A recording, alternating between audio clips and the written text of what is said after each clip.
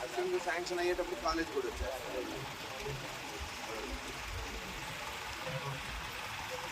చూసుకోండి నర్సింగ్ మనం ఇక్కడ ఉంటాయి కదా, ఇక్కడ పెట్టాము అదంతా గ్రీనరీ చూసి బాగా వస్తుంది.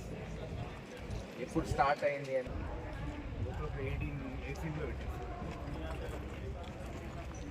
కలర్ కాంబినేషన్ సెలెక్ట్ చేసింది సార్. చాలా టెక్స్చర్ పెయింట్ అది.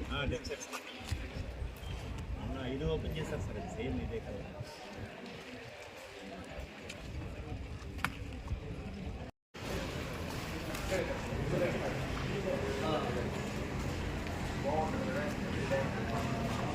నేను కూడా పెట్టేశాను 17కు ఒకే పెట్టేశాను. అదే నేను ఆయన రమ్మన్నా ఇంకా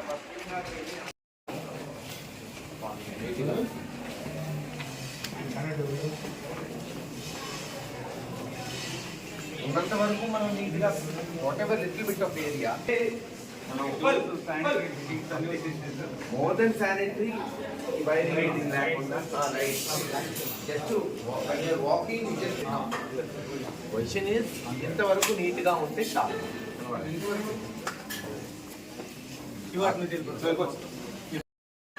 500 కోట్ల రూపాయలతో సుమారు 600 పడకల హాస్పిటల్ ఏదైతే 2 సంవత్సరాల క్రితం పల్నాడు నడిబొడ్డులో పిడుగురాళ్లకు అతి సమీపాన బ్రాహ్మణపల్లి గ్రామం కామైపల్లి రెవెన్యూ విలేజ్లో మరి ఈరోజు మనం చూస్తున్నాం ఒక బ్రహ్మాండమైన మెడికల్ కాలేజ్ హాస్పిటల్ అతి త్వరలోనే రాబోతుంది.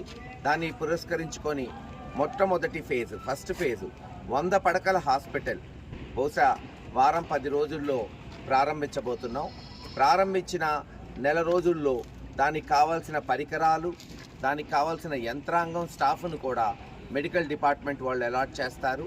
బహుశా మే మాసం కల్లా హాస్పిటల్ మరి ప్రజలకు అందుబాటులోకి వస్తుంది. ఈ 100 పడకలే కాదు, అంచెలంచెలుగా వచ్చే 6 నెలలు, నేను చెప్పేది వచ్చే 6 సంవత్సరాలు కూడా కాదు, వచ్చే 6 నెలల్లో ప్రతి 2 నెలలకి 100 పడకలు చేసుకుంటూ పోయి వచ్చే 6 నెలల నుంచి 9 నెలల్లో మనం సుమారు 600 పడకల హాస్పిటల్ మరి అందుబాటులోకి తీసుకురాగలుగుతాం. అలాగే 2025 సంవత్సరం బహుశా జూన్ జూలై కల్లా కాలేజ్ కూడా పూర్తయి అడ్మిషన్స్ 100 అడ్మిషన్స్ MBBS అడ్మిషన్స్ని ఈ ఒక ఆవరణలోనే ప్రవేశపెట్టచ్చు. ఇలా 2-3 సంవత్సరాలలో దాదాపు 4-5 సంవత్సరాల్లో 500 మంది మరి ఎవరైనా సరే చదువుకోవడానికి బాలికలు బాలురు ఎవరైనా సరే MBBS వైద్య విద్యని చదువుకోవడానికి ప్రాంగణంలో అన్ని వసతులు కల్పించబోతున్నాం.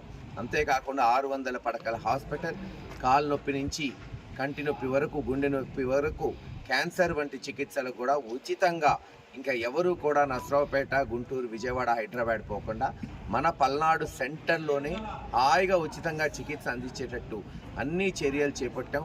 మరి ఇంత బ్రహ్మాండమైన ప్రాజెక్టు 2 సంవత్సరాల్లోనే ఇంత త్వరగా నిర్మిస్తున్నందుకు మెగా ఇంజనీరింగ్ వారికి, అలాగే మెడికల్ డిపార్ట్మెంట్ వాళ్ళకి అందరికీ కూడా పేరు పేరున ధన్యవాదాలు తెలియజేస్తాను.